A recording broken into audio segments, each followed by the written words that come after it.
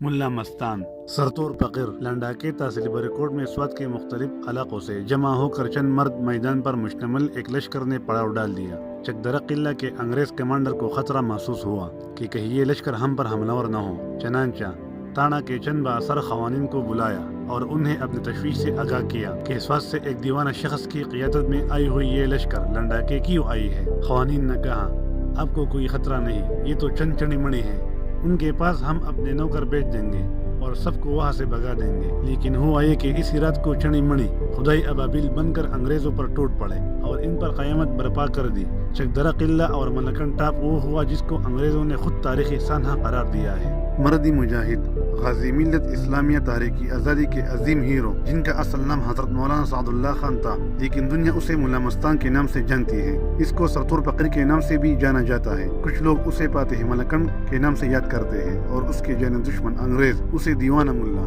یعنی میٹ ملا کے نام سے حیرت و نفرت سے یاد کرتے ہیں۔ ملا مستان کے والد کا نام حمید اللہ خان ہے، جو بنیر کے ریگا علاقے کے ایک معزز قبیلے نوریزئی ملیزئی خاندان سے تعلق رکھتے تھے۔ 1863 امبیلا بنیر سواڑے میں انگریزوں کے خلاف جنگ میں آپ شریک ہوئے تھے۔ اس وقت آپ کی عمر 26 سال کی تھی، جس میں آپ کے بڑے بھائی زداد پہلوان شہید ہوئے تھے۔ واضح رہے کہ امبیلا جہاد کی قیادت سید احمد شہید رحمۃ اللہ علیہ کے قافلہ بالاکوٹ کی باقی ماندہ ہندوستانی مجاہدین اور غازی قطب الاقطاب حضرت حافظ مولانا عبدالغفور المعروف سیدو بابا اور غازی ملت بادشاہ سوات نواز پیر بابا حضرت مولانا سید اکبر شاہ کر رہے تھے۔ سرتور فقیر نے کئی سال حصول علم وقف کر دیے تھے، جس میں آپ نے افغانستان، ازبکستان اور ہندوستان تک سفر کی۔ اس نے حصول علم کی خاطر ہندوستان کے کئی شہروں کے خاک چانی اور کافی عرصہ اجمیر شریف میں بھی قیام پذیر رہا۔ وہ ایک زاہد و عابد شخص تھا اور لوگ اس کی روحانی عظمت کے بھی قائل تھے۔ اس نے وسطی ایشیا میں کوئی 10 سال تک قیام کیا اور پھر کابل آ گیا۔ آپ مرد مجاہد حضرت مولانا نجم الدین ہڑے صاحب سے قریبی تعلق رکھتے تھے اور بانی ثانی ریاست سوات غازی ملت اسلامیہ حضرت مولانا ولی احمد سنڈوکے بابا کے رفیق اور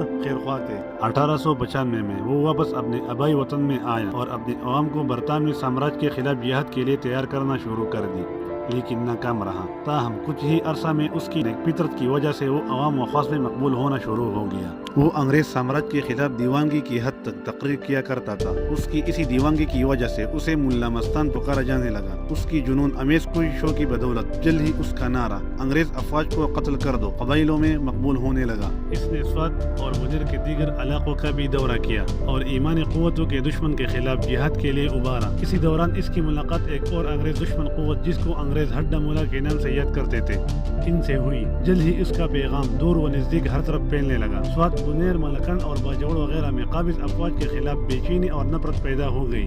سرتور فقیر کی خواہش تھی کہ کوئی نہ کوئی جہاد کا اعلان کرے، لیکن قبائلی سردار اس سے خلاف تھے۔ اس پر ملا مستان نے خود ہی جہاد کا اعلان کر دیا۔ انگریزوں کا شک تھا کہ اس کو افغانستان اور ہندوستان سے پیسوں کی امداد ہوتی ہے، جس کی مدد سے اس نے اپنے بارے میں مافوق الفطرت باتیں پھیلا رکھی ہے۔ انگریزوں نے اس کو کبھی قابل توجہ نہ سمجھا تھا، کیونکہ وہاں کے پولیٹیکل ایجنٹ مسٹر ڈین کا خیال تھا کہ اس کو اہمیت دینا اس کو طاقتور بنانے کے برابر ہے۔ 1897 میں پورے سرحد کے تقریباً سبھی قبائل فرنگی اقتدار کے خلاف اٹھ کھڑے ہوئے۔ لڑائی کا زیادہ زور ملکن، سوات، چکدرہ پر تھا، جہاں ارد گرد کے صوبائی قبائل نے انگریزوں کا ناک میں دم کر رکھا تھا۔ ملا مستان ہر جگہ جاتا اور اس انداز میں جہاد کا درس دیتا کہ سبھی نوجوان اس کے گرد اکٹھے ہوتے چلے گئے۔ وہ اپنی جمعیت کے ساتھ تانا پہنچا تو ایک کثیر تعداد نے اس کا ساتھ دینا قبول کر لیا۔ اس کی آمد کی خبر جنگل میں آگ کی طرح پھوٹ پڑی۔ انگریزوں نے مردان سے مزید دستے منگوا لیے، امان کوٹ اور ملکن میں اپنی پوزیشن کو مزید مضبوط بنا لیا۔ لیکن سرتور فقیر کا حملہ اس قدر سرعت کے ساتھ تھا کہ انگریزوں کو اپنے اسلحے تک پہنچنے کا بھی موقع نہ ملا۔ سرتور فقیر نے ملکن اور چکدرہ پر اکٹھے ہی حملہ کر دیا تھا اور درجنوں انگریزوں کو قید کرنے کے بعد 26 جولائی کو چھاونی پر زبردست حملہ کیا اور ناقابل تلافی نقصان پہنچایا۔ آپ نے ایک شادی غربن شنگلہ سے کی تھی۔ آپ سوات کے علاقے فتح پور میں آباد ہوئے تھے، جہاں سے وہ جہادی سرگرمیاں جاری رکھے ہوئے تھے۔ اب کے اولاد اب بھی فتح پور اور قزاقیلا میں آباد ہے۔ کچھ روایات کے مطابق وہ انگریزوں کے خلاف کسی جھڑپ میں مارا گیا، جبکہ کچھ روایات کے مطابق 1917 میں جب وہ فتح پور کے علاقے میں رہائش پذیر تھے، انگریز سامراج نے ایک بے ضمیر خان کے ذریعے آپ کو زہر آلودہ خوراک کھلایا، جس سے آپ شہادت کے بلند مقام سے سرفراز ہوئے۔ باغڈیرے چوک سے قزاقیلا کی جانب چند قدم آگے پہلا پیٹرول پمپ نہیں بلکہ جو دوسرا پیٹرول پمپ ہے، اس سے قبلہ کی طرف ایک راستہ ہے، جس پر چند قدم آگے چل کر سرتور فقیر بابا رحمۃ اللہ علیہ کا مزار مبارک واقع ہے۔ انتہائی افسوس کے ساتھ کہنا پڑتا ہے کہ تحریک آزادی کے اس عظیم ہیرو سے ہمارا تاریخ خاموش ہے۔ ضروری ہے ہمارے نوجوان نسل اپنے محسنوں کی تاریخ سے واقف ہوں۔